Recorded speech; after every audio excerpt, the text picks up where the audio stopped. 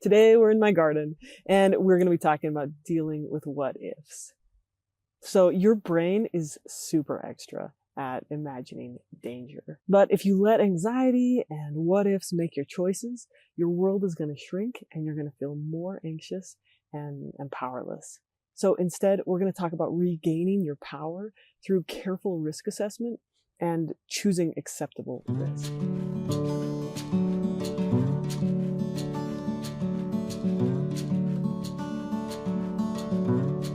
This video is sponsored by BetterHelp, where you can get professional, affordable counseling online for around $65 a week. Check out the link in the description for 10% off your first month. So here's another of the most common questions I get on my Rewiring the Anxious Brain video. So people ask, what if the dog bites you? Now, in that video, I was explaining how when you avoid something, it makes your anxiety go up. And this is really harmful when you avoid something that feels dangerous, but is actually safe. So this is something like public speaking or taking a test or asking for a raise. In that video, the example I used was being afraid of dogs. And then I explained how gradual exposure can help you overcome that fear by gradually spending time with dogs. But of course, when making a video about anxiety, the anxious people watching this video are going to say, but how can I do that? What if the dog bites you? Now, many people with anxiety focus on the worst case scenario instead of focusing on the potential for growth and healing. And that's because when your brain is in anxiety mode, it's attuned to threats. It only notices and pays attention to the potential dangers around you. But dogs can actually be dangerous. So when you're in anxiety mode, the 1 in 1,000 chance of getting bit by a family's pet dog feels like a serious, immediate, most likely occurrence. In anxiety mode, our brain is going to assume the worst about so many things. It might ask questions like, what if everyone hates me? Or what if I get COVID from my groceries? Or what if that car swerves into my lane? And it's really easy to get wrapped up in all of the what ifs. It's easy to get so wrapped up in them that you completely lose sight of your goals, like overcoming anxiety or visiting your son who has a dog. But there are some practical steps you can take to manage your brilliantly anxious brain instead of letting anxiety run your life. So first, realize that your brain's most natural job is to prevent dying, to keep bad things from happening to you. And unlike other mammals that are mostly instinctual about these things, so they'll run away from an immediate threat like a tiger, but then they'll relax when the threat is gone, our brain has the ability to imagine danger in the future, to remember danger in the past, and that makes us feel like we're in danger in the present moment. But just because our brain is really good at imagining dangers doesn't mean that avoiding those fears is the way for us to live a good, happy life. I think most people with anxiety can see how feeling anxious all the time and avoiding stuff is making their lives worse. If you let anxiety and what ifs make your choices, your world will shrink and you'll feel more anxious and powerless. So what I think that people were really asking is, should I spend time with dogs if there's a risk of getting bitten? Should I face my fears if there's a risk that they could come true? Like, is it worth it? And this question is really about living a good life. And I can guarantee you one thing. If you let fear and anxiety make your choices, then your life is going to suck. You'll feel out of control and your anxiety is going to increase. So instead, regain your power through careful risk assessment and choosing acceptable risk. When I was in college studying the illustrious field of recreation management and taking really intense classes like mountain biking, we had a couple of classes on risk management, which is basically how to run a recreation program that kept people safe while also helping them to do cool things like rock climbing and mountain biking. So I learned how to go rock climbing in the safest way, how to tie the right knots and how to use the right anchors, how to use equipment safely, and how to make good decisions. And I've gone rock climbing literally thousands of times without any injuries to me or my friends or my clients. But even the most carefully prepared and managed activities come with risk. I can control the ropes and the anchors and the knots, but there's always the risk of a rock falling and hitting you on the head, or an incredibly rare gear failure. So if when all of those people asked me, what if the dog bites me? If they were saying, I can't face my anxiety because there's risk involved, I'll only do a form of treatment that's 100% safe and comfortable, then we need to talk about risk and anxiety acceptance. We can't avoid all risk. Not only would trying ruin our lives, but it's not possible. So if you avoid everything dangerous by staying home all the time, then you risk dying of obesity and heart disease and loneliness. By staying home, you miss opportunities to work and play and laugh and love. It's really easy to see this if we use COVID as the example, right? With COVID, if you choose to socially distance, you protect yourself from the virus. But the level of social distancing that you choose determines how many social activities you miss out on. And if you go to the extreme level of never going anywhere, of completely isolating yourself from everyone, or not picking up groceries, because those have a risk, then you could starve to death, right? So that's the very extreme end of this. But even the moderate end of social distancing comes with some risks, which many of us are accepting, right? So when you miss out on social activities, you risk worsening anxiety and depression. Now, I'm not saying that you shouldn't socially distance. I'm saying that every choice comes with costs, and we need to be intentional about those costs instead of driven by anxiety. So social distancing is a choice that I'm making while wholly accepting the costs. But I'm choosing a degree of social distancing that still lets me go, pick up groceries and occasionally see a very small group of people. What I am saying is that if you want to live a full and meaningful and happy life, you need to make a choice based on what we value instead of letting anxiety choose for you. So let's go back to the rock climbing example. There are different levels of danger within rock climbing. There's bouldering and gym climbing, which are relatively safest. Then there's top roping, which is where the rope is connected at the top already, and you are just belayed from the bottom. It is really very safe, but it comes with a few risk factors, which come with outside climbing, which is, the very rare risk of gear failure, or a slightly more likely risk of, getting a sunburn, getting stung by a bee, or a rock falling and hitting you on the head. So this is, top roping is really very safe. With top roping, when you fall, you really just fall a couple inches due to rope stretch, because that rope is being held tight and you're being held very secure. With lead climbing, you start at the bottom and you clip into anchors as you go up the rock face. So this is a little bit more dangerous because however far you've gone from your last anchor, you're going to fall twice that far if you slip and fall. So there's a little bit more chance of like a sprained ankle, of getting, bumps and bruises, but most likely you're not going to die. Now, the next most dangerous level of rock climbing is free soloing. And free soloing is very dangerous because if you slip or you fall from a height, you are going to hit the ground. Now, deciding whether to climb and how to climb are choices within my control. But all of these activities come with the risks outside of my control, like environmental conditions, falling rocks, and the risk of human error. Alex Honnold chooses to free solo. He did what I think is one of the most impressive physical and mental athletic performances in the history of the world by climbing El Cap without ropes. But in order to do that, he risked falling to his death. Now, if you talk to Alex, you'll know that he has made a careful and intentional choice to accept that level of risk in his life. When I climb, I choose to rope up. I'm a very safe climber. I climbed for 5 to 6 years, 3 to 4 times a week, so like thousands of times, without a single serious accident.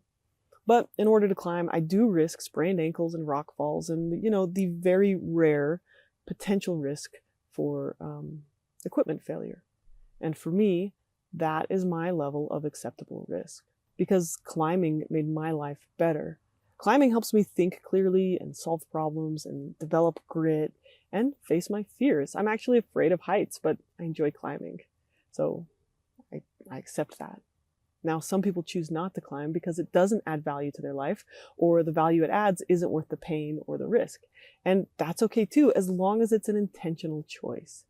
So really, dealing with what ifs is all about making an intentional choice about acceptable risk and the value it has in your life, the value of that activity, whatever it has in your life.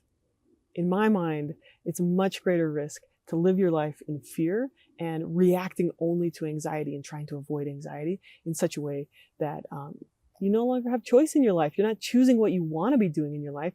You're choosing just to avoid anxiety. So I'll use another example. I used to be quite afraid of spoiled milk.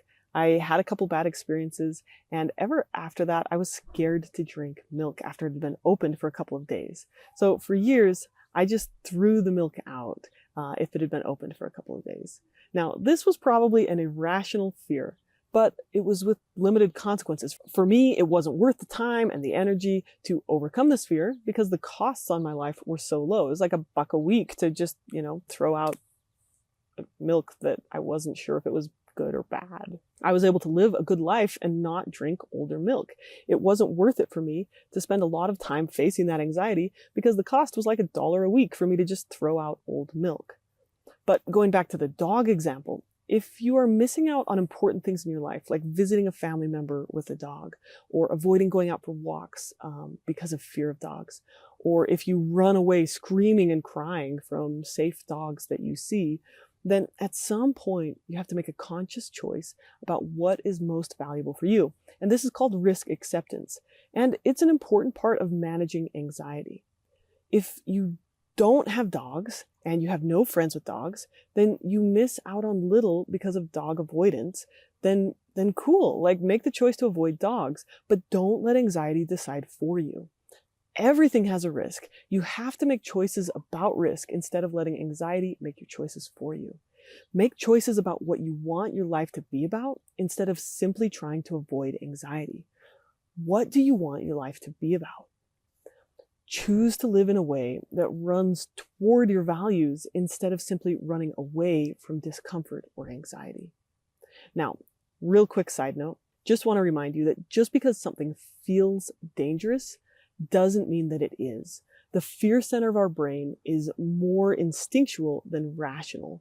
So sometimes what feels dangerous isn't actually dangerous. So for example, I once worked at a treatment program that did a lot of recreational therapy. We went climbing and rappelling. We would do hiking and biking and horseback riding. We went rafting down rivers and we would do ropes courses. Now, guess which was our most dangerous activity? It was the driving. Driving to these activities actually statistically had a higher risk than the activities we were doing. But which of these activities felt most dangerous? Climbing, right? Being up high. Those are the scariest activities. And you want to know which activity was the second most risky? The one that had the most accidents and injuries and the highest risk and actually the highest cost for insurance? Horseback riding. So it's important to remember that just because something feels dangerous doesn't mean that it's actually dangerous. We have to turn our brain back on and make a conscious choice about, what level of risk we're willing to accept. And when we face that anxiety, a lot of times it goes away. Now, anxiety usually exaggerates the danger of certain types of activities, things that our brain is like biologically programmed to avoid, things like heights, wild animals and bugs, social interactions, things like that, right? Just because something feels dangerous doesn't mean that it actually is dangerous. Anxiety can inform your decisions, but don't let it make the choices for you. Through practice and knowledge and gradual exposure, we can bring things that are normally terrifying into our realm of safety. So check out my exposure hierarchy video to learn more about breaking these tasks down into little steps and doing this. Because facing our fears is really important to living the life that we value instead of just living a life where we let anxiety run the show. If your family has a dog, a safe dog, then the risk level is low and the benefits are high. And that's an example of a time when you could choose to accept the remote risk of getting bitten and the anxiety that comes with that. It's worth it to face that in order to spend time with the people that you love. And when you face that fear, over time, your anxiety will go down. Now, if something crazy happens and the dog happens to bite you, then you'll either realize that it wasn't that bad after all, and your anxiety will go down, or you'll reevaluate your choices and then hopefully make an intentional choice about whether to continue to interact with that dog or not. If your neighbor has a crazy, dangerous, aggressive dog, you may make the conscious choice to avoid that dog and that neighbor because the level of risk doesn't outweigh the benefits of interacting with that neighbor. If a person you really care about has a dog that genuinely seems dangerous, then again, you'll need to step back and weigh the risks and the benefits, and again, make a conscious choice about what level of risk you're willing to accept. But make that decision based not on fear, but on what is most important to you. Is it safety? Is it spending time with them? Or is it some kind of compromise between the two? Maybe you'll spend time with them, but not with their dog. What this really comes down to is looking at your anxiety, looking at your what-if thoughts from an observer position. When you're able to notice them from a vantage point instead of looking through them, then you can make a choice about what you're going to choose to act on and what you're going to accept. Then choose to do something meaningful, something that's in line with the life that you want to live. Living a life that you value is most likely going to include discomfort and anxiety. Making YouTube videos is anxiety provoking for me, but I do it because it makes a small positive difference in the world. And so that's an acceptable risk. It lines up with my personal values. And over time, it's gotten easier for me, so I don't feel so anxious about it.